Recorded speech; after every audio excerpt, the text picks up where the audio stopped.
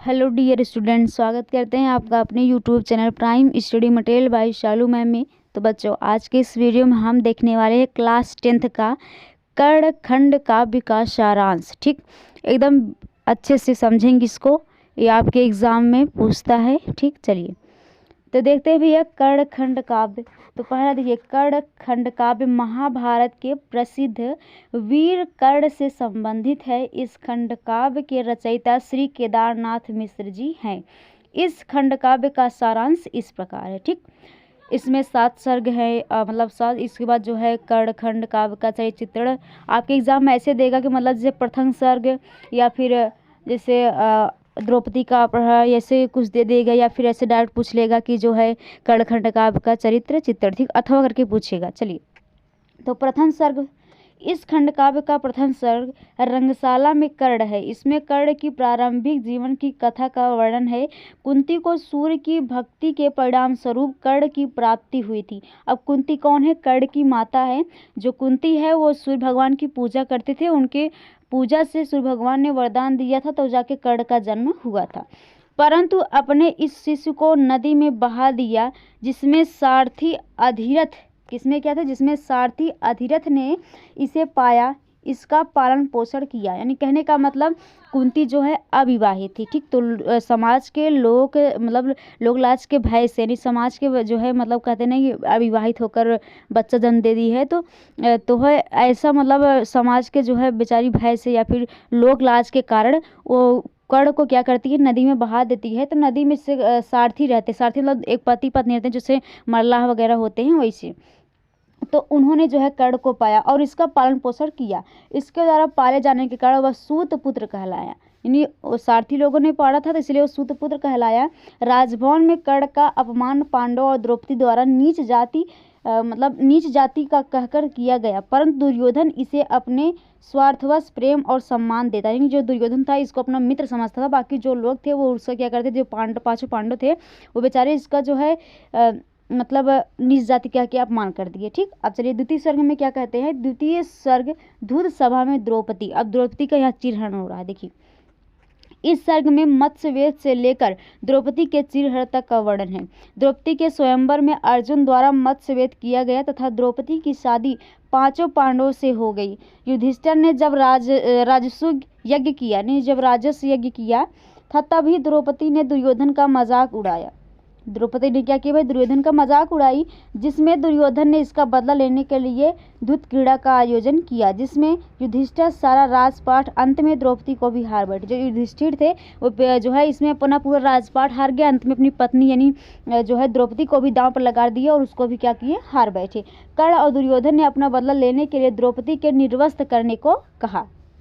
अब देखिए तृतीय सर्ग में क्या होता है। कर्ण द्वारा कवच कुंडला। देखिए जो कर्ण था बहुत दानी था। ठीक, अपनी बातों पर अडिग रहता था। देखिए, दुर्योधन ने चक्रवर्ती सम्राट बनने के लिए वैश्रव यज्ञ किया। अर्जुन इंद्र के पुत्र थे, इसलिए इंद्र ब्राह्मण का वेश बदलकर दानवीर कर्ण से उसका कवच कुंडल दान मांग लिया। कर्ण ने इंद्र को कवच कुंडल दे दिया। और फिर अब देखिए चतुर्थ सर्ग में क्या होता है। श्री कृष्ण और कर्ण। श्री कृष्ण कर्ण को बार बार समझाते हैं कि तुम पांडवों के भाई हो, अतः युद्ध में तुम अपने भाइयों के पक्ष का समर्थन करो। परंतु कर्ण नहीं मानता है और कहता है कि मैं दुर्योधन के प्रति कृतघ्न नहीं हो सकता और अब मैं दुर्योधन का ही समर्थन करूंगा। ये बोल रहा है भले वो लोग मेरे पांचों पांडव मेरे भाई हैं, लेकिन दुर्योधन मेरा मित्र है, अब मैं उसके विरुद्ध नहीं जाऊंगा, मैं उसी का ही साथ दूंगा। अब भाई आप बोलेंगे 5 पांडव का भाई कर्ण कैसे हो गया? देखिए, जो 5 पांडव थे वो कुंती के पुत्र थे और कुंती का पुत्र कर्ण भी था, क्योंकि जब कर्ण पैदा हुआ था तो कुंती का माता का विवाह नहीं होता, सूर्य के वरदान से हुआ, तो सूर्य पुत्र कहलाया था, इसलिए उन्होंने गंगा में बहा दिया था। आगे पंचम सर्ग में क्या है। माँ और बेटा, कर्ण और कुंती की बात कर रहे हैं।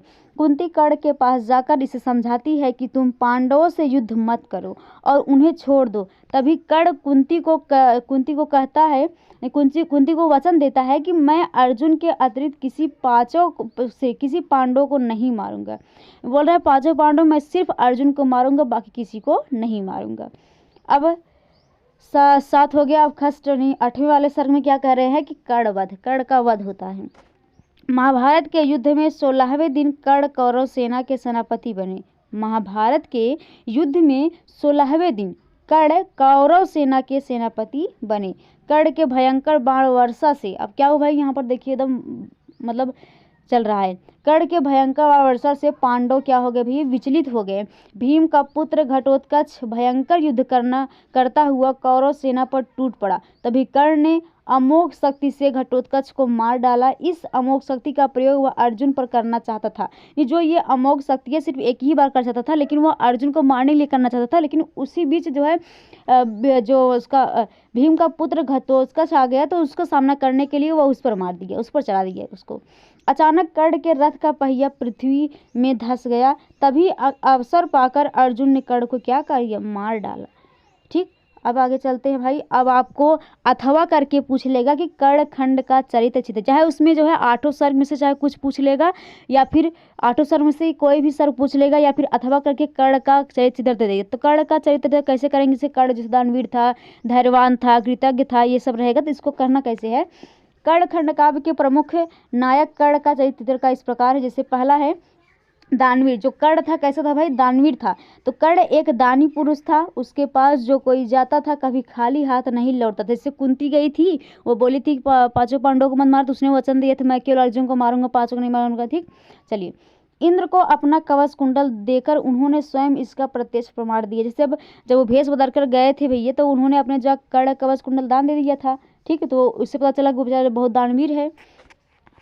वह कहता है चाहे पलट जाए पल भर में महाकाल की धारा, वीर कर्ण का किंतु न झूठा हो सकता प्रण प्यारा। यह बोल रहा है कि चाहे पलट जाए पल भर में महाकाल की धारा, यानी कुछ भी इधर उधर हो जाएगा, लेकिन जो कर्ण का जो वचन है वो कभी झूठा नहीं हो सकता। ठीक, मतलब वो अपने प्राण से प्यार न करते हुए बल्कि अपने जो है जो वचन दिया था उसको ज़्यादा निभाने का प्रयास करता है। ठीक, अब दूसरा है कर्ण कैसा है, तेजस्वी है। कर्ण सूर्य का पुत्र था। सूर्य पुत्र कहाँ है भाई, क्योंकि कुंती सूर्य का पूजा करती थी, तो सूर्य के द्वारा कर्ण की प्राप्ति हुई थी, सूर्य पुत्र कहलाया था। कर्ण सूर्य का पुत्र था, इसलिए सूर्य की भांति तेजवान था। जैसे सूर्य तेज चमकता है उसी प्रकार से वो भी।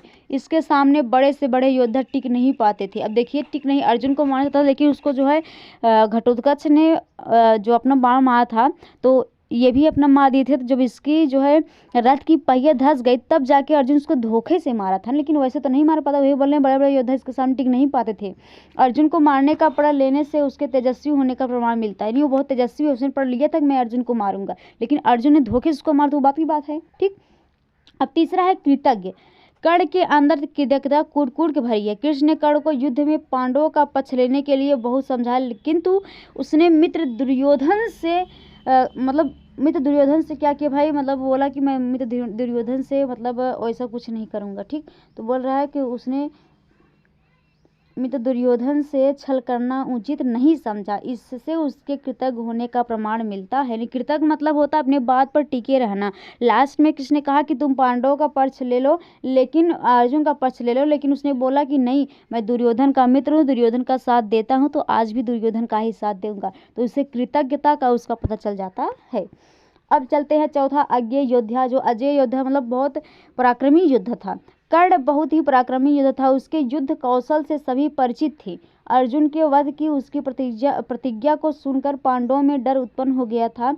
अर्जुन निशस्त्र कर्ण पर प्रहार किया, इससे कर्ण के पराक्रमी होने का प्रमाण मिलता है। देखिए, अगर जो है कर्ण अज्ञेय योद्धा ना होता, तो जो अर्जुन उसको बिना अस्त्र मतलब बिना कुछ लिए उसके ऊपर प्रहार किए थे, तो क्या वो मर जाता, नहीं, लेकिन उसको धोखे से मारा गया था, तो उससे जो है अज्ञेय योद्धा होने का ये प्रमाण मिल जाता है।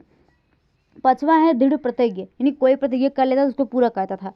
तो कर्ण ने जो भी प्रण किया उसे पूरा किया। अर्जुन का वध होने तक उसने दान का व्रत लिया था, तो दान किए भाई कर्ण का कवच कुंडल दान दे दिया था ना, जिसे अपने भाई ने कवच कुंडल देकर भी पूर्ण किया। कर्ण ने कुंती को चारों भाइयों की रक्षा का वचन दिया था, जिसमें भी उसने पूरा किया। यानी चारों भाइयों का रक्षा करने का वचन दिया था कि मैं केवल अर्जुन को मारूंगा, बाकी चारों को नहीं छूंगा, तो वो भी बेचारा पूरा किया है। अब आगे चलता है, इस प्रकार हम कह सकते हैं कि कर्ण एक तेजस्वी, दानी, कृत कुशल योद्धा था। तो ये हमारा कर्ण खंड का जो सारांश था वो भी खत्म हो गया, कर्ण खंड का चरित्र चित्र खत्म हो गया। तो आप लोग इसको अच्छे से याद करके जाइए, क्लास 10th का है ये, आपके एग्जाम में हर बार पूछता है। और देखिए ये हर ज़िले में अलग अलग होता है। ये जो हमने लिखा है ये कड़खंड काव्य हमारे जौनपुर ज़िले का है। ठीक, तो और भी ज़िले का होता है तो आप लोग उसको देख लीजिएगा। तो आई होप ये समझ में आया होगा। तुम्हारे मेरे चैनल को सब्सक्राइब कीजिए, शेयर कीजिए। मिलते हैं नेक्स्ट वीडियो के। जय हिंद।